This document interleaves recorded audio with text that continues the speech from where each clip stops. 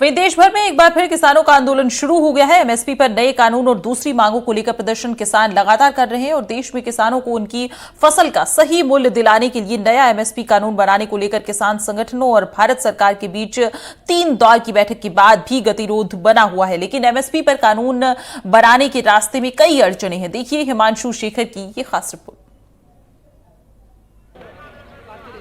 फसल के सही मूल्य के लिए नए एमएसपी कानून और कई दूसरी मांगों को लेकर शंभू बॉर्डर से लेकर जंतर मंतर तक विरोध प्रदर्शन हो रहे हैं।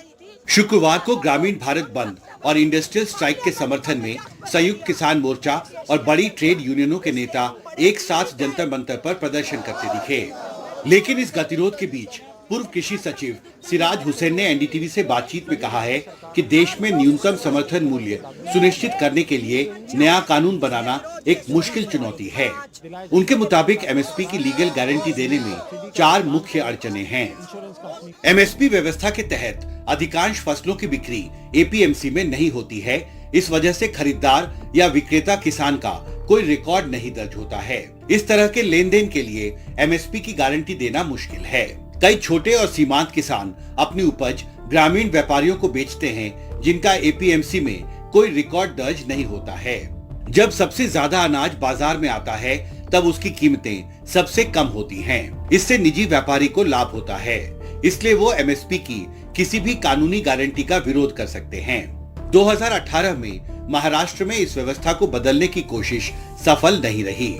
अगर सरकार को एमएसपी भुगतान के इच्छुक खरीदार ना होने पर खरीद करनी पड़ी तो उसके पास बड़ी मात्रा में उपज खरीदने, भंडारण और उसे बेचने के लिए संसाधन नहीं है। सरकारी एजेंसियों की खरीदारी बहुत महंगी होती है क्योंकि उन्हें रेगुलेटरी ऑर्डर का पालन करना होता है, जबकि निजी व्यापारी अक्सर कायदे कानूनों की अनदेखी कर सकते हैं। जंतर मंतर पर संयुक्त किसान मोर्चा और 9 सेंट्रल ट्रेड यूनियन के नेताओं और कार्यकर्ताओं का विरोध प्रदर्शन चल रहा है और ये आज जो इंडस्ट्रियल स्ट्राइक है, जो ग्रामीण भारत बंद हुआ है, उसके समर्थन में ये विरोध प्रदर्शन यहाँ पर चल रहा है। पिछले 20 साल से हम किसान आंदोलन कर रहे हैं क्योंकि किसान का फसल का दाम नहीं मिलता।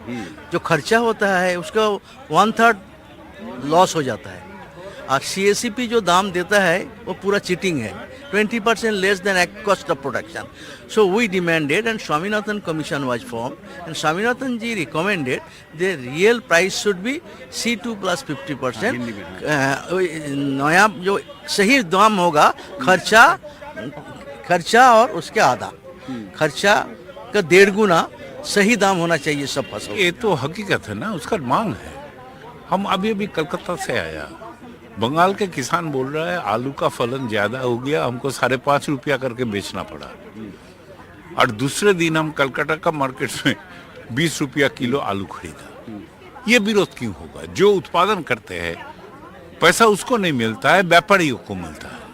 इसको रोकने का रास्ता एक ही है, जो एमएसपी गारंटी करना, मिनिमम सपोर्ट प्राइस। और ये जरूरी है इसीलिए जो कृषि का खास करके फूड ग्रेन्स का उत्पादन को बरकरार के रखना का देश के फूड सिक्योरिटी का समस्या है।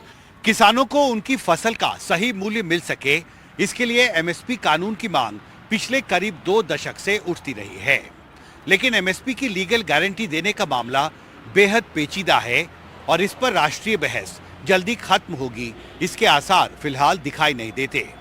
दिल्ली से प्रेम सिंह के साथ हिमांशु शेखर, एनडीटीवी इंडिया।